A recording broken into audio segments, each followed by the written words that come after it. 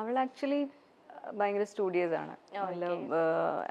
Class first second അങ്ങനെയാണ് അവളുടെ from the beginning. പിന്നെ 11th ഗ്രേഡ് കഴിയുമ്പോഴാണ് അവൾ ഇത് പറയുന്നത്. അതിനു മുമ്പ് ബൈക്ക് റേസിംഗ് ഒക്കെ ഇൻട്രസ്റ്റ് ഉണ്ടായിരുന്നു. എനിക്ക് അതിൽ അത്ര ഉണ്ടായിരുന്നില്ല. പിന്നെ ഇത് അവള് പറയുമ്പോഴും ഞാൻ വിചാരിച്ചു ശരി കുറച്ചു പോയാൽ അവളുടെ മൈൻഡ് മേ ബി ചേഞ്ച് ആവുമെന്ന് വിചാരിച്ചു. ഒന്ന് മെഡിസിൻ എടുക്കട്ടെ, അങ്ങനെ നമ്മള് വളരെ ഒരു എല്ലാവരും തിങ്ക് ചെയ്യുന്ന അങ്ങനെയാണ് തിങ്ക് ചെയ്യുന്നത്. പക്ഷെ അവള് അങ്ങനെയല്ല, ഭയങ്കര ലോജിക്കൽ പേഴ്സൺ ആണ്. കുറച്ച് entirely she's little different from. ഇപ്പം എന്താ നിങ്ങളുടെ ഇടയിലുള്ള സ്പേസ് എന്ന് വെച്ചിട്ടുണ്ടെങ്കിൽ മോള് അങ്ങ് ഉയരങ്ങളിലാണ് അല്ലേ? അമ്മ ഇവിടെ ഇങ്ങനെ ഷൂട്ടിന്റെ പ്രൊമോഷൻസ്, അപ്പം ഒരുപാട് ടൈം സ്പെൻഡ് ചെയ്ത വ്യക്തികളായിരുന്നു നിങ്ങൾ രണ്ടുപേരും അല്ലെ? ചേച്ചി ഒരു അങ്ങനെയായിരുന്നു.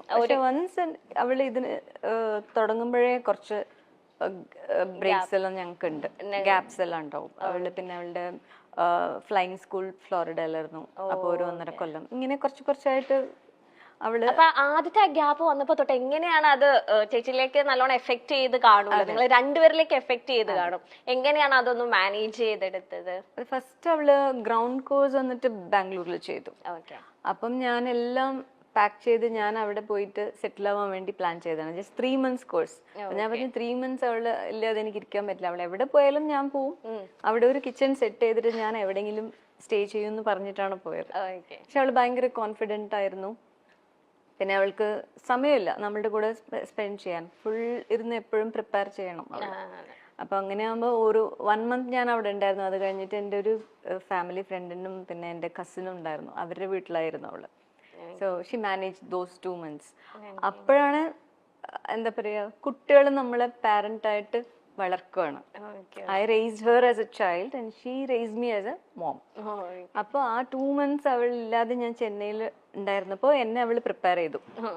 അപ്പൊ എനിക്ക് ഒരു കോൺഫിഡൻസ് വന്നു, ശരി അവള് ഫ്ലൈയിങ് സ്കൂളിൽ എവിടെ പോയാലും she can manage on on. അങ്ങനെയാണ് അവള് വിട്ടത്.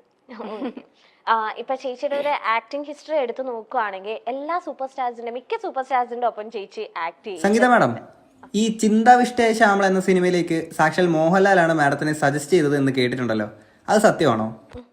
ഞാൻ ശ്രീനി സാറുടെ ഒരു ഇന്റർവ്യൂ കണ്ടു ലേറ്റസ്റ്റ് ആയിട്ട്.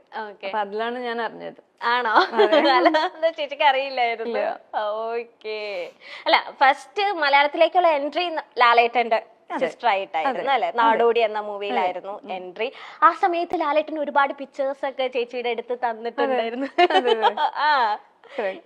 സെറ്റിലുള്ള പിക്ചേഴ്സ് ആണോ, സിംഗിൾ പിക്ചേഴ്സ് ആണോ? അല്ല, അത് ആക്ച്വലി ഷൂട്ടിംഗ് കൊടൈക്കനാലിലായിരുന്നു. അപ്പൊ വളരെ ബ്യൂട്ടിഫുൾ അറ്റ്മോസ്ഫിയർ ആണ്. അപ്പൊ മോഹിനി ചേച്ചിയാണ് അതില് ലീഡ്, ഫീമെയിൽ ലീഡ്. അപ്പൊ ലാൽ സാറിന്റെ ഫോട്ടോഗ്രാഫി ഇൻട്രസ്റ്റ് ഉണ്ടായിരുന്നു തോന്നുന്നു. സോ എല്ലാവരും എടുക്കുകയാണ്. അപ്പൊ എനിക്കും കുറച്ച് എന്റെ കാൻഡിഡ് പിക്ചേഴ്സ് ആണ് കുറച്ച് കിട്ടി. അതിപ്പോഴും സൂക്ഷിച്ചു വെച്ചിട്ടുണ്ട്.